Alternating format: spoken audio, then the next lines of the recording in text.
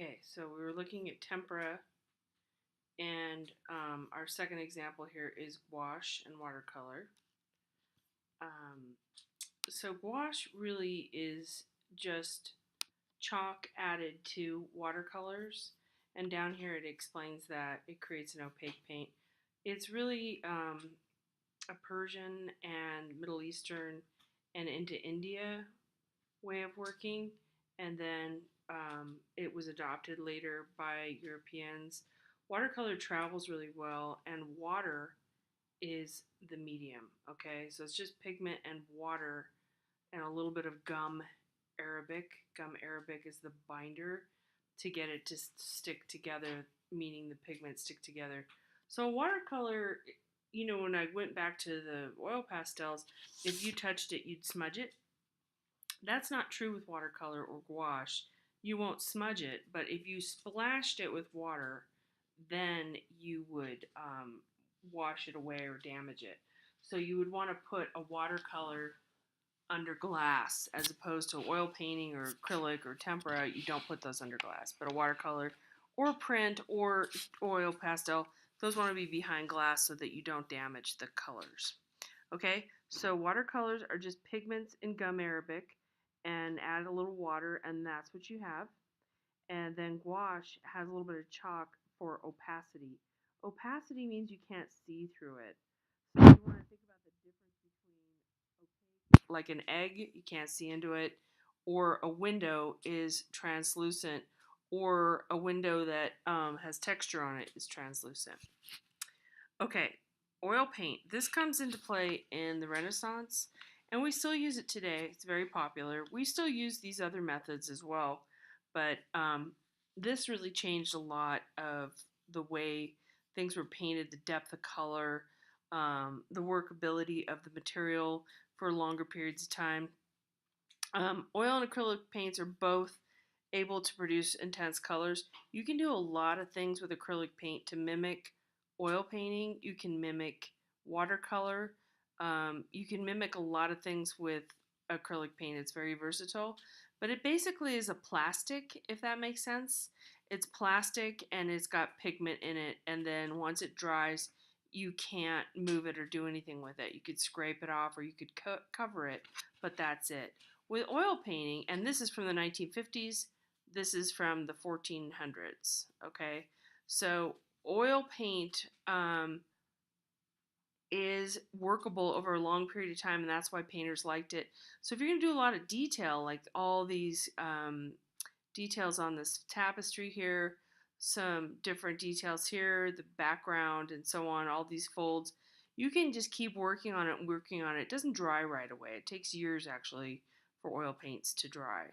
So that's mixed, pigment is mixed with linseed oil is usually what it is, but there's different kinds of oils and different kinds of materials put in there. Glazes are transparent layers of paint. Our friend Leonardo da Vinci was very fond of glazes. This particular piece right here probably has like a beigeish brownish glaze over it and tones everything down, okay? So we talked about this, 15th century. Underpainting, you can do that and then put the glazes on top. Acrylic paint is a polymer liquid, just think plastic, and it dries and quickly. And then, so if you spill oil paint on your clothing, you can kind of rub it out. So. But with acrylic paint, you can get it out with water. It's water soluble as long as it's wet. As soon as it dries, it's all over. You can't get it back out. So it's kind of interesting. So it works really well with water, and you can rinse your brushes out with water, which is nice.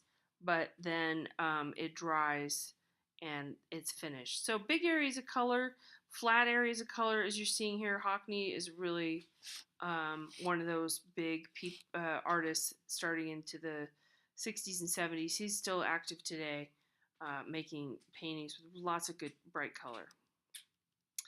Water soluble, we covered this, and we can also still do glazes. Like I said, it will imitate a lot of things. This is our author's painting, by the way, which is kind of interesting to see what her artwork's all about. Spray paint, that's another way that artists are working now. Um, so this one is actually Egyptian, but you know that you know very well that we have spray paint all over the world. Definitely, you know, we see murals and things like that. And airbrush is similar.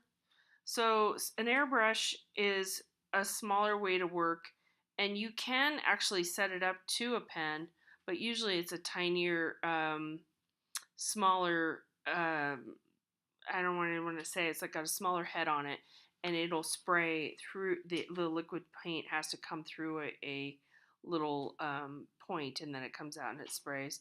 Also, aerosol cans. These are usually fairly toxic. Not a great thing to be breathing in, by the way. Fabric, needlework, and weaving. So we're getting into away from paint. We're getting into other materials. Um, so we have some kind of gray areas, I guess you would say, or more of the craft areas, but incorporated in this chapter.